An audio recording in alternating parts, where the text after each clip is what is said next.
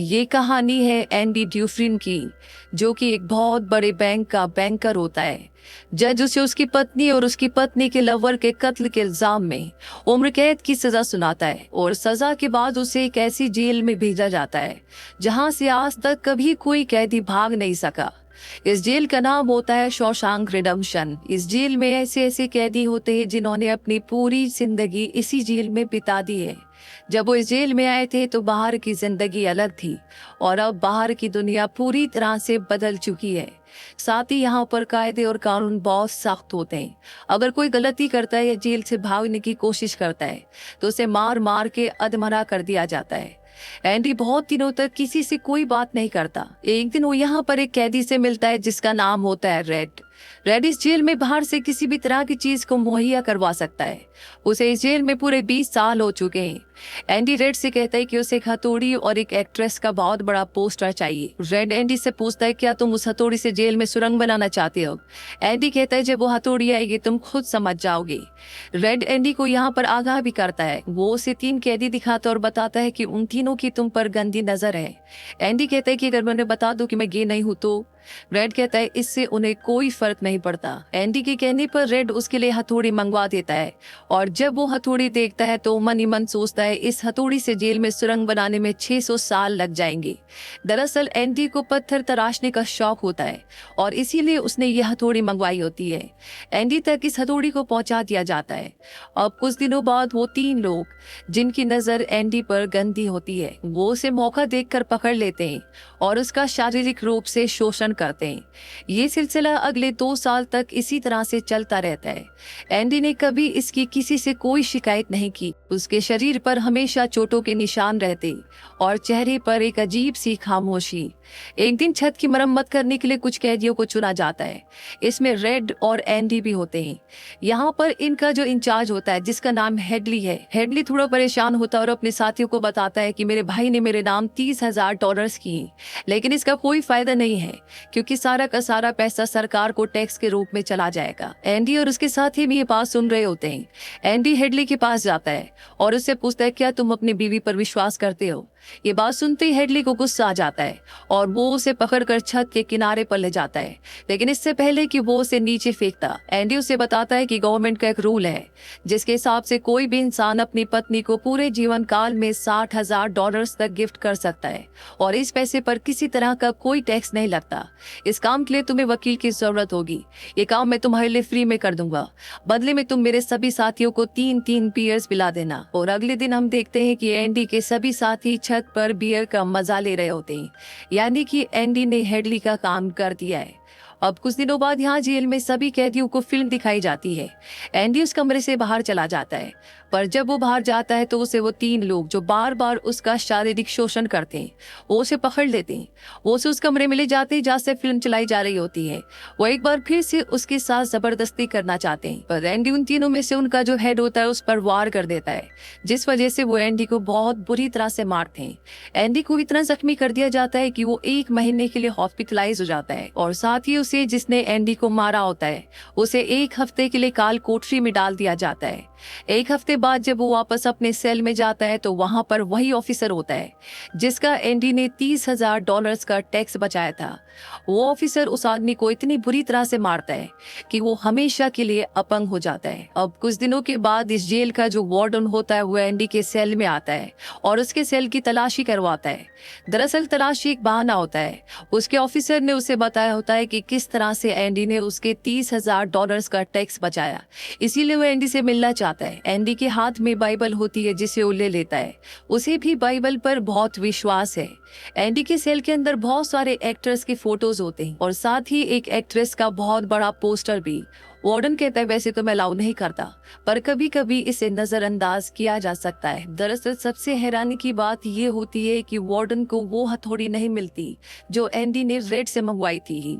Warden यहाँ से निकल जाता है, पर कुछ ही पल बाद वो लौट कर आता है और उसके हाथ में जो एंडी की बाइबल होती है वो उसे लौटाते हुए कहता है कि मुक्ति इसी में है। वार्डन एंडी से इम्प्रेस होता है, इसीलिए वो उसे अपने ऑफिस में बुलाता है और उसे असिस्टेंट लाइब्रेरियन बना देता है। लाइब्रेरी में एक बूढ़ा आदमी होता है जो कई सालों से लाइब्रेरी को संभाल रहा है और एंडी को उसके अंडर काम करना है। साथ ही एंडी यहाँ पर दूसरे ऑफिसर्स की आईटीआर भरना भी शुरू कर देता है। जैसे जैसे साल बीतते हैं एंडी के पास काम बढ़ता ही चला जाता है। उसे एक असिस्टेंट की जरूरत पड़ती है और वो अपना असिस्टेंट अपने सबसे अच्छे दोस्त को, जिसका नाम रेड है, उसे बनाता है। धीरे धीरे इसी तरह से वो बीतता चला जाता है और एक दिन लाइब्रेरियन जिसके अंडर एंडी काम करता है, वो एक आदमी की गर्दन पर चाकू लगा देता है। दरअसल सरकार ने उसकी सजा माफ कर दी है, पर वो इस जेल को छोड़कर नहीं जाना चाहता। जेल से छूटने के बाद लाइब्रेरियन ब्रूक्स को सच में बहुत अजीब लगता है। 50 सालों में बाहर की दुनिया की रफ्तार बहुत बढ़ गई होती है। जहाँ सड़क पर पहले एक गाड़ी दिखती थी, अब सड़कों पर गाड़ियों की भीड़ है और इस भीड़ भाड़ की तेज रफ्तार वाली जिंदगी में ब्रूक सरवाइव नहीं कर पाता और वो अपनी जान दे देता है। वही जेल में दिखाया जाता है जहाँ पर वार्डन एक नया प्रोग्राम शुरू करता है। इस प्रोग्राम का नाम होता है इन आउट। इस प्रोग्राम में जेल के कैदियों को बाहर ले जाकर काम करवाया जाएगा ताकि उन्हें पता चल सके कि मेहनत से पैसे कैसे कमाए जाते हैं। पर इस प्रोग्राम के जरिए वार्डन को बहुत सारे कॉन्ट्रैक्ट मिल जाते हैं क्योंकि जेल की कैदियों की लेबर बहुत सस्ती होती है। वार्डन बहुत सारे पैसे बना लेता है पर उसका ये पैसा ब्लैक का होता है। एंडी उसकी इसमें मदद करता है। वो उसका पार्टनर एक ऐसे आदमी को बनाता है जो इस दुनिया में है ही नहीं और उसके अकाउंट में सारा पैसा ट्रांसफर कर देते हैं ताकि अगर कल को पुलिस को पता भी चल जाए तो पुलिस एक ऐसे आदमी को ढूंढ रही होगी जो इस दुनिया में कभी पैदा ही नहीं हुआ। अब यहाँ जेल में एक नया कैदी आता है जिसका नाम टॉमी होता है। टॉमी बहुत यंग होता है। वो आज तक कई जेलों में जा चुका है, पर जब उसे पता चलता है कि एंडी ने आज तक कई लोगों की मदद की है तो वो उसके पास जाता है और उसे कहता है कि वो अपनी हाई स्कूल की पढ़ाई पूरी करना चाहता है ताकि जेल से निकलने के बाद वो अपनी बीवी और अपने बच्चे के साथ एक अच्छी जिंदगी जी सके। एंडी इसमें उसकी मदद करता है। एक दिन टॉमी रेड के पास जाता है, उससे पूछता है कि एंडी बहुत इंटेलिजेंट है, वो इस जेल में क्या कर रहा है। रेड उसे बताता है कि उसने अपनी पत्नी और अपनी पत्नी के लवर का कत्ल किया था। वो एक बहुत बड़ा बैंकर था। ये सुनकर टॉमी पूरी तरह से शांत हो जाता है और अगले पल टॉमी के सामने एंडी और रेड होते हैं। टॉमी उन दोनों को बताता है कि एक बार वो एक जेल में गया था जहाँ पर उसे कैदी मिला था। उस कैदी ने बताया कि एक रात को एक घर में चोरी करने गया। उस घर का ओनर जाग गया और उसने ओनर को और उसकी पत्नी को गोली मार दी। बाद में उसे पता चला कि वो दोनों पति पत्नी नहीं थे बल्कि लवर थे। वो औरत एक बहुत बड़े बैंकर की पत्नी थी और इस बैंकर को उसकी पत्नी और उसकी पत्नी के लवर के कत्ल के इल्जाम में गिरफ्तार कर लिया गया। यहाँ हमें पता चलता है कि एंडी बेगुनाह था। ये सब जानने के बाद एंडी वार्डन के पास जाता है, पर वार्डन जानबूझकर उसकी बातों पर विश्वास नहीं करता क्योंकि एंडी वो इंसान है जो उसके काले पैसों को व्हाइट में बदलता है। वो उसके सारी राज जानता है। एंडी उसे इनडायरेक्टली धमकी देता है कि मैं तुम्हारे काले पैसे के बारे में किसी को नहीं बताऊंगा। इस बात से वार्डन को गुस्सा आ जाता है और वो एंडी को 1 महीने के लिए काल कोठरी में डाल देता है और साथ ही टॉमी जिसकी गवाही से एंडी रिहा हो सकता है, वार्डन उसे गोली मरवा देता है। इसके बाद वो एंडी के पास जाता है और उसे कहता है कि टॉमी ने भागने की कोशिश की थी इसीलिए उसे गोली मार दी गई। एंडी जानता है कि वार्डन झूठ बोल रहा है। वो कहता है कि आज के बाद मैं तुम्हारा काम कभी नहीं करूंगा। वार्डन कहता है कि इसे 1 महीने और काल कोठरी में रखो। आज तक किसी को भी इतने लंबे समय तक काल कोठरी में नहीं रखा गया। अब काल कोठरी में पूरे 2 महीने गुजारने के बाद जब एंडी बाहर आता है तो रेड उसके पास आता है। एंडी रेड से पूछता है कि तुम कभी इस जेल से बाहर निकल पाओगे। रेड कहता है शायद जब मैं बहुत बूढ़ा हो गया हूँ और मेरे दिमाग ने काम करना बंद कर दिया हो तब। एंडी कहता है कि मैं यहाँ से निकल कर जिवातने और जाऊंगा। ये मैक्सिको में समंदर किनारे एक बहुत खूबसूरत जगह है। कहा जाता है कि इंसान अपने आप को यहाँ पर खो देता है। मैं वहाँ पर अपना रेस्टोरेंट खोलूंगा, समंदर किनारे अपने नाव को रिपेयर करूंगा और दोस्तों के साथ गहरे समंदर में मछली मारने के लिए निकल पड़ूंगा। रेडी सुनकर परेशान हो जाता है। वो कहता है कि उम्मीद बहुत खतरनाक चीज होती है, ये इंसान को पागल तक कर देती है। तुम्हें सच्चाई की दुनिया में वापस लौटना होगा। मैक्सिको यहाँ से बहुत दूर है। एंडी कहता है कि तुम सच कहते हो। अब मेरे पास सिर्फ 2 ही रास्ते हैं, या तो मैं घुट घुट कर जीऊं या मर जाऊं। जाने से पहले एंडी रेड से कहता है कि तुम वादा करो कि तुम मेरा एक काम करोगे। रेड कहता है कि हाँ मैं जरूर करूंगा। एंडी कहता है कि बस्टन के पास एक बहुत बड़ा मैदान है। उस मैदान में एक बहुत बड़ा पेड़ है। उस पेड़ के पास एक पत्थर की दीवार है। उस पत्थर की दीवार पर एक काले रंग का पत्थर है। उस पत्थर के नीचे कुछ गड़ा है। वादा करो जब भी तुम जेल से बाहर निकलोगे तुम वहां पर जरूर जाओगे। रेड पूछता है उस पत्थर के नीचे क्या है। एंडी कहता है इसके लिए तुम्हें वहां पर जाना होगा। ये कहकर एंडी यहाँ से सीधा वार्डन का काम करने जाता है। वो वार्डन का काम खत्म करके उसकी सारी डॉक्यूमेंट्स एक खास तिजोरी में रखता है। डॉक्यूमेंट्स रखने के बाद एंडी को वार्डन अपने कपड़े देता है। वो कहता है मेरे कपड़े इस्त्री करवा देना और मेरी जूतों को आईने की तरह चमका देना। इसके बाद एंडी वापस अपने सेल में आ जाता है। वही रेड आज रात को बहुत परेशान होता है क्योंकि उसे शक है कि एंडी अपनी जान दे सकता है। सुबह जब सभी के सेल्स के दरवाजे खोलते हैं तो एंडी अपने सेल से बाहर नहीं आता और जब गार्ड उसके सेल के पास पहुंचता है तो वो पूरी तरह से हैरान होता है। वही वार्डन को दिखाया जाता है जो अपने जूते पहनने के लिए निकालता है और उस बॉक्स में उसके नहीं बल्कि एंडी के जूते होते हैं। और तभी सायरन बजता है और ये सायरन होता है किसी कैदी के भागने का। वार्डन एंडी के सेल में जाता है। यहाँ पर रेड को भी बुलाया जाता है। वार्डन रेड से पूछता है कि एंडी कहाँ है। रेड कहता है कि मुझे क्या पता। इस बात पर वार्डन को बहुत गुस्सा आता है। वो कहते हैं क्या वो कोई भूत था जो रातों रात यहाँ से गायब हो गया और पीछे छूट गया ये कंकड़ पत्थर और दीवार पर यज्ञ की तस्वीर। उसके हाथ में जो पत्थर होते हैं वो उनकी तरफ फेंकना शुरू कर देता है और एक पत्थर वो उस पोस्टर पर भी मारता है जो दीवार पर लगा होता है, पर पत्थर टकरा कर नीचे नहीं गिरता बल्कि पोस्टर के आर पार हो जाता है। और जब वार्डन उसके अंदर अपना हाथ डालता है तो वो देखता है कि एंडी ने वहां पर एक बहुत बड़ी सुरंग बना रखी होती है जिसे देखकर सब हैरान हो जाते हैं क्योंकि ये दीवार बहुत मजबूत होती है। बिना मशीन के इस दीवार पर सुरंग बनाना लगभग पूरी तरह से नामुमकिन था, पर एंडी नामुमकिन को मुमकिन करके यहाँ से भाग गया होता है। इसके बाद सभी गार्ड्स उस तरफ जाते हैं जहाँ से एंडी बाहर निकला था। वहाँ पर उन्हें एंडी के पुराने कपड़े, एक साबुन, एक कंघी और वो हथौड़ी जो आज से 20 साल पहले एंडी ने रेड से मंगवाई थी वो मिलती है।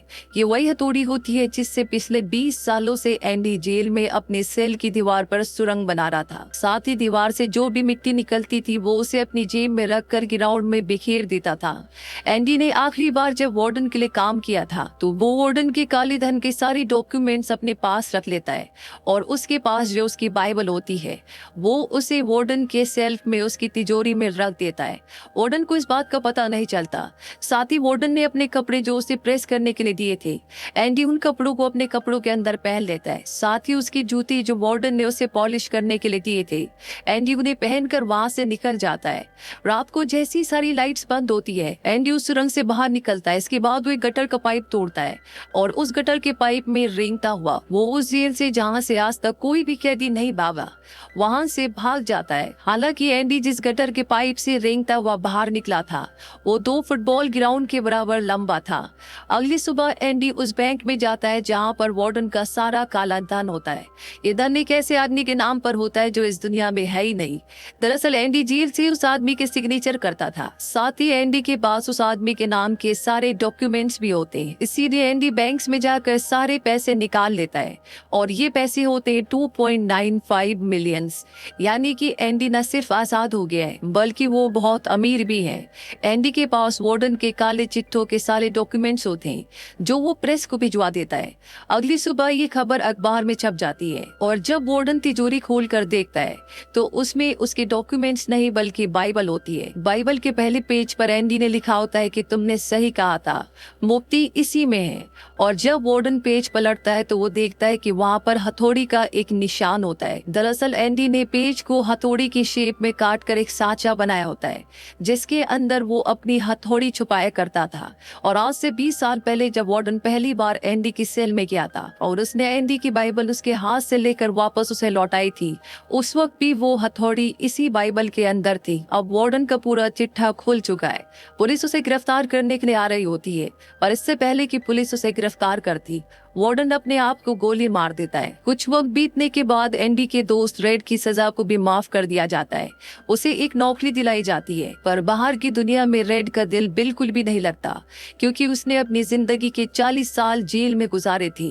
रेड भी उसी कमरे में रहता है जहाँ पर लाइब्रेरियन ब्रूक्स रहा करता था और रेड भी अपनी जान देना चाहता है, पर तभी उसे अपना वो वादा याद आता है जो उसने एंडी से किया था और वो उस बड़ी घास के मैदान में जाता है जहाँ पर एक बहुत बड़ा बड़ा पेड़ होता है, साथ ही पत्थरों की दीवार भी होती है।